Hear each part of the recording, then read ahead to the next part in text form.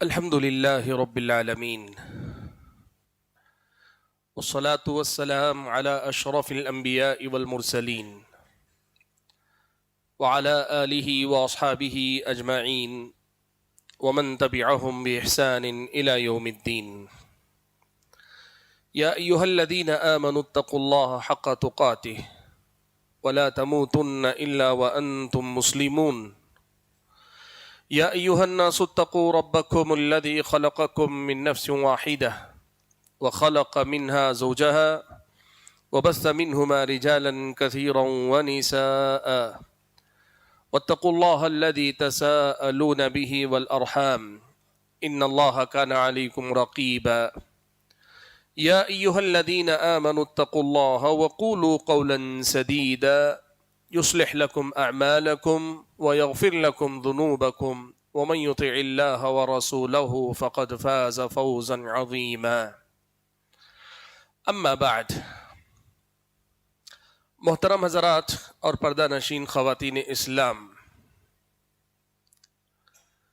یہ محض اللہ تعالیٰ کا فضل و کرم ہے کہ ماہ رمضان میں پہلے ہی دن سے ہم اور آپ نے درس کا جو سلسلہ شروع کیا تھا اس میں ہم نے توحید اور شرک کے مسائل سے متعلق تفصیلات کو سنا. ہم نے توحید کو اب کا معنی سمجھا، توحید کس کو کہتے ہیں، اور اس توحید کی فضیلت جانی کہ جس بندے کے اندر توحید آتی ہے اللہ تعالیٰ کی طرف سے اسے کیا کیا انعام ملتا ہے.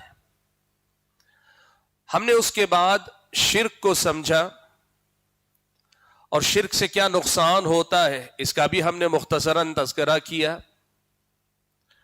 شرک کی مختلف جو صورتیں ہیں وہ بھی ہم نے سنی، اور خاص طور پر اخیر میں شرک میں مبتلا بہت سارے حضرات کے پاس جو شبہات ہیں، جو باتیں ان کے دل و دماغ میں گھر کر گئی ہیں جس کی وجہ سے وہ شرک کو شرک نہیں سمجھتے. وہ شرک میں مبتلا ہیں لیکن پھر بھی اپنے آپ کو شرک میں مبتلا نہیں سمجھتے ہیں. ایسے شبہات یا ایسی باتوں کو بھی ہم نے سنا اور ان کی حقیقت کو سمجھا، اور امید ہے انشاءاللہ کہ جو گفتگو اب تک ہمارے اور آپ کے سامنے آئی ہے اس گفتگو سے توحید اور شرک کی حقیقت ہمارے اور آپ کے سامنے واضح ہوگی باذن اللہ.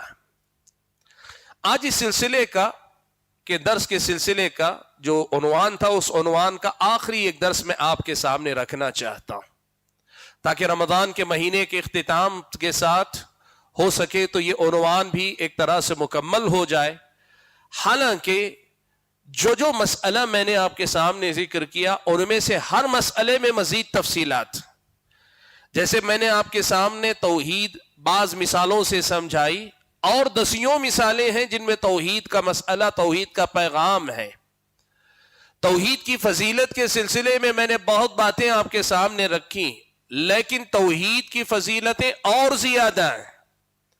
میں نے آپ کے سامنے شرک کی مختلف صورتوں کا تذکرہ کیا. ایسا نہیں کہ شرک اتنی ہی صورتوں میں پایا جاتا ہے یا لوگ شرک انہی باتوں میں شرک کرتے ہیں، نہیں. اللہ تعالیٰ کا کوئی بھی حق، اللہ تعالیٰ کی کوئی بھی بات غیر اللہ کی طرف لے جانا یہ شرک ہے، اور ایسی بہت ساری مثالیں سماج کے اندر پائی جاتی ہیں. اور ایسے ہی جب میں نے شبہات کا تذکرہ کیا تو کل کے درس میں نے آپ کے سامنے بات رکھی کہ میں نے کل 10 شبہات کا تذکرہ کیا، 10 ایسی باتوں کا تذکرہ کیا کہ جن کی بنیاد پر لوگ سمجھتے ہیں کہ وہ شرک نہیں کر رہے.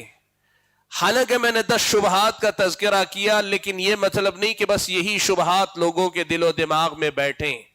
لیکن آپ نے اگر یہ باتیں، جتنی باتیں آپ کے سامنے ہوئی ہیں، اگر آپ نے سنی ہیں، سمجھی ہیں، اور اگر اللہ نے توفیق دی ایک سے زائد مرتبہ آپ نے سنی ہے، تو اللہ کے فضل و کرم سے کم آپ اتنی سمجھ تو اپنے اندر پائیں گے کہ مزید توحید کی باتیں، مزید شرک کے پہلو آپ کے سامنے آئیں. اللہ کی توفیق سے آپ ان کو پہچان پائیں گے. اللہ کی توفیق سے آپ توحید اور شرک کے مسائل میں فرق کرنے والے بنیں گے انشاءاللہ. شرط یہ ہے کہ آپ پوری یکسوئی پوری توجہ کے ساتھ ان کو پڑھتے رہے ہو، سنتے رہے ہو۔ آج انہی ساری باتوں کو سامنے رکھتے ہوئے جو اس سلسلے کا آخری عنوان آپ کے سامنے رکھنا چاہتا ہوں وہ یہ کہ بھائیو، یہ جو توحید کا مسئلہ ہے یہ سب سے پہلے میری ضرورت، آپ کی ضرورت، اور اس کے بعد ہمیں اپنے گھر، اپنی بیوی، اپنے بچوں اور اپنے گھرانے کو اس توحید کی دولت سے مالا مال کرنے کی فکر کرنی چاہیے۔ آپ بچوں کو کھلاتے ہیں، پلاتے ہیں، اچھا کپڑا دیتے ہیں، آپ ان کو ایک اچھا مکان دیتے ہیں، آپ ان کو ایک اچھی زندگی دینے کی کوشش کرتے ہیں، کیجئے، بہت اچھی بات ہے۔ بہت اچھی بات ہے کہ آپ اپنی اولاد کو دنیا سے بے نیاز چھوڑ کر جائیں۔ پیارے نبی صلی اللہ علیہ وسلم نے فرمایا انک ان تذر ورثتک اغنیاء خیر لهم من ان تترکهم یتکففون الناس، کہ تم اپنی اولاد کو بے نیاز چھوڑ کر جاؤ، یہ بات زیادہ اچھی ہے اس بات کے مقابلے میں کہ وہ ضرورت پر لوگوں کے سامنے ہاتھ پھیلائیں۔ ان کو بہتر سے بہتر زندگی دینا، ان کو بہتر سے بہتر ضرورتیں دنیا کی ساتھ چھوڑ کر جانے کی فکر کرنا، یہ یقیناً بڑی اہم بات ہے۔ لیکن یہ بات یاد رکھیں، یہ سب بے معنی ہے، اور اگر آپ صرف یہی کرتے ہیں تو آپ نے اپنی اولاد کی فکر نہیں کی، آپ نے اپنی اولاد کا حق ادا نہیں کیا، آپ نے اپنی اولاد کے سلسلے میں جو آپ کی ذمہ داری تھی اسے آپ نے نہیں نبھایا۔ کیوں؟ اس لیے کہ قرآن و سنت سے ہم اور آپ کو یہ سکھایا گیا ہے کہ بچوں کو ان کے لڑکپن سے شروع کرتے ہوئے ان کے اپنے مرتے دم تک توحید کا سبق پڑھانا چاہیے۔ یہ انبیاء کی سنت ہے، یہ انبیاء کی سنت ہے کہ انبیاء اپنے بچوں کو یہ پڑھایا کرتے تھے۔ آپ کو معلوم ہے پیارے نبی صلی اللہ علیہ وسلم کے چچا زاد بھائی حضرت عبداللہ ابن عباس چھوٹے بچے تھے، لڑکے تھے۔ اللہ کے نبی کا انتقال ہوا تو ان کی عمر تقریباً 14 سال بتائی جاتی، یعنی اللہ کے نبی صلی اللہ علیہ وسلم کی نبی مدینے کی جو زندگی تھی 10-12 سال کے لڑکے تھے، لیکن اللہ کے نبی صلی اللہ علیہ وسلم نے اپنے اس بچے کو، اپنے بھتیجے کو، اس لیے کہ چچا باپ کے درجے میں ہوتا ہے، آپ صلی اللہ علیہ وسلم نے حضرت ابن عباس کو توحید پڑھائی۔ حضرت ابن عباس کو اللہ کے نبی صلی اللہ علیہ وسلم نے کہا یا غلام، اے بچے، انی اعلمک کلمات، میں کچھ باتیں تجھے سکھا رہا ہوں۔ کیا باتیں؟ احفظ اللہ یحفظک، تم اللہ تبارک و تعالیٰ کو یاد رکھو، اللہ تعالیٰ تمہاری حفاظت کرے گا۔ احفظ اللہ تجدہ تجاہک، تو اللہ تعالیٰ کو یاد رکھ تو اللہ تعالیٰ کو اپنے سامنے پائے گا۔ اذا سألت فاسأل اللہ، جب مانگنا ہے تو اللہ سے مانگ۔ وَإِذَا اسْتَعَنْتَ فَاسْتَعِنْ بِاللَّهِ، جب مدد طلب کرنی ہو تو اللہ تعالیٰ ہی سے مدد طلب کر۔ اللہ کے نبی صلی اللہ علیہ وسلم نے پوری لمبی نصیحت فرمائی حضرت ابن عباس کو۔ یہ توحید کا سبق اللہ کے نبی نے اپنے بچے، اپنے بھتیجے کو سکھایا جو آپ کے بیٹے کے داخل، آپ کے بیٹے کے حکم میں ہے۔ اللہ کے نبی نے اپنے لڑکے کو سکھایا۔ یہ لڑکپن سے شروع ہوتی ہے، اور زندگی دنیا سے رخصت ہونے سے پہلے وصیت بھی اسی کی جاتی ہے۔ قرآن مجید میں اللہ تبارک و تعالیٰ نے تذکرہ فرمایا، سورہ بقرہ میں اللہ تبارک و تعالیٰ نے فرمایا ام کنتم شہداء اذ حضر یعقوب الموت، کیا تم لوگ اس وقت موجود تھے جب یعقوب کو موت آئی؟ حضرت یعقوب علیہ السلام کی وفات کا وقت آیا نا، تو کیا تم لوگ موجود تھے؟ نہیں تھے نا۔ اللہ بتا رہا ہے دیکھو کہ کیا ہوا اس وقت۔ اذ قال لبنیہ ما تعبدون من بعدی، حضرت یعقوب علیہ السلام نبی ہیں، ان کے بیٹے حضرت ابراہیم و اسماعیل نبی ہیں، حضرت یعقوب علیہ السلام نبی ہیں، ان کے بیٹے حضرت یوسف نبی ہیں، لیکن ان کے والد نبی حضرت اسحاق ہیں، ان کے چچا حضرت اسماعیل نبی ہیں، اور ان کے دادا حضرت ابراہیم نبی ہیں۔ یعقوب علیہ السلام کی جب وفات کا وقت آیا، اللہ تعالیٰ نے بتایا ما تعبدون من بعدی، حضرت یعقوب اپنے بچوں سے یہ پوچھ رہے ہیں میرے بعد تم عبادت کس کی کرو گے، میرے بعد کس کی عبادت میں تمہاری زندگی گزرے گی؟ قالوا، سارے بچوں نے کہا نعبد الہک و الہ آبائک ابراہیم و اسماعیل و اسحاق، کہا کہ آپ اطمینان رکھیے، آپ نے جس معبود کا تعارف کروایا، آپ کے اپنے معبود کی ہی ہم عبادت کریں گے، اور آپ کے جو آبا و اجداد ہیں یعنی حضرت ابراہیم، حضرت اسماعیل، حضرت اسحاق، ان کا جو معبود ہے یعنی اللہ واحد ہی کی ہم عبادت کریں گے، وَنَحْنُ لَهُ مُسْلِمُونَ، ہم اسی کے فرما بردار بن کر زندگی گزاریں گے۔ تو آپ یہ دیکھیں کہ انبیاء کی یہ سنت ہے کہ وہ لڑکپن سے شروعات کرتے ہیں اور دنیا سے رخصت ہونے سے پہلے آخری نصیحت، آخری وصیت بھی اپنے بچوں کو توحید کی کر کے جاتے ہیں۔ اس کا مطلب یہ ہوا میرے بھائیوں، آج آپ نے رمضان بھر یہ دروس کا سلسلہ شروع، یہ نہ سوچیں کہ آپ نے ایک سال، ایک رمضان آپ نے توحید سن لی تو زندگی بھر کے لیے سیکھ لی، نہیں۔ توحید صبح شام کا سبق ہے، توحید میرے اور آپ کے گھر کا ہر وقت کا موضوع ہونا چاہیے۔ اللہ تبارک و تعالیٰ کی توحید پر ہی میری اور آپ کی نجات کا دار و مدار ہے، میری اور آپ کی نجات کا دار و مدار اسی توحید پر ہے۔ اس لیے اس کی تعلیم، اس کے سمجھانا اور اس کو بار بار یاد دلاتے رہنا اور اس کی حفاظت کرنے کی فکر کرنی چاہیے۔ کیوں؟ شیطان جب ڈاکہ ڈالتا ہے نا تو شیطان خاص طور پر اس پر ڈاکہ ڈالتا ہے، خاص طور پر توحید پر ڈاکہ ڈالتا ہے۔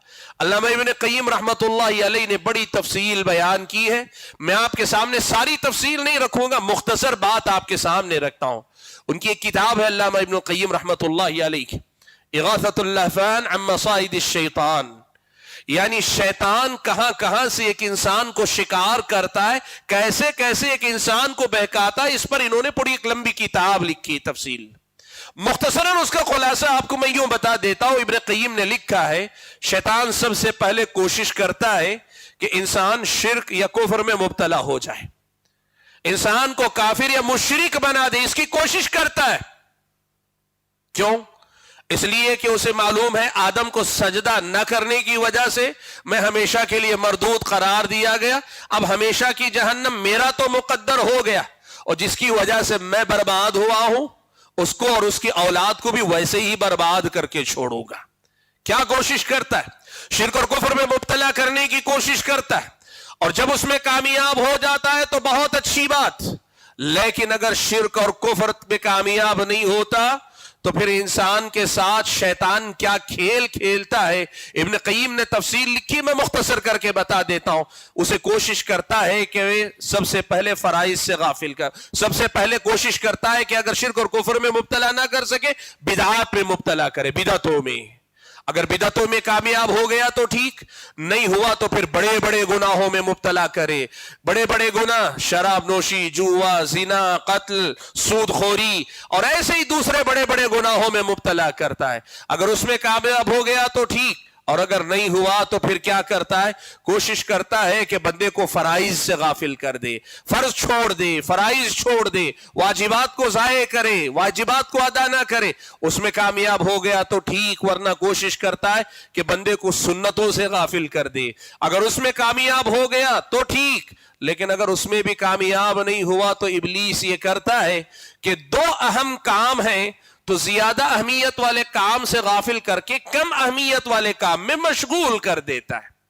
جو کام انسان کی زندگی میں زیادہ اہم ہے اس سے غافل کر کے کم اہمیت والے کاموں میں مشغول کر دیتا ہے۔ انسان سمجھ رہا میں تو نیک کام ہی کر رہا ہوں، وہ یہ نہیں دیکھ پا رہا ہے کہ اس سے بہتر نیکی، اس سے بڑی نیکی اس کے سامنے تھی، وہ کر سکتا تھا۔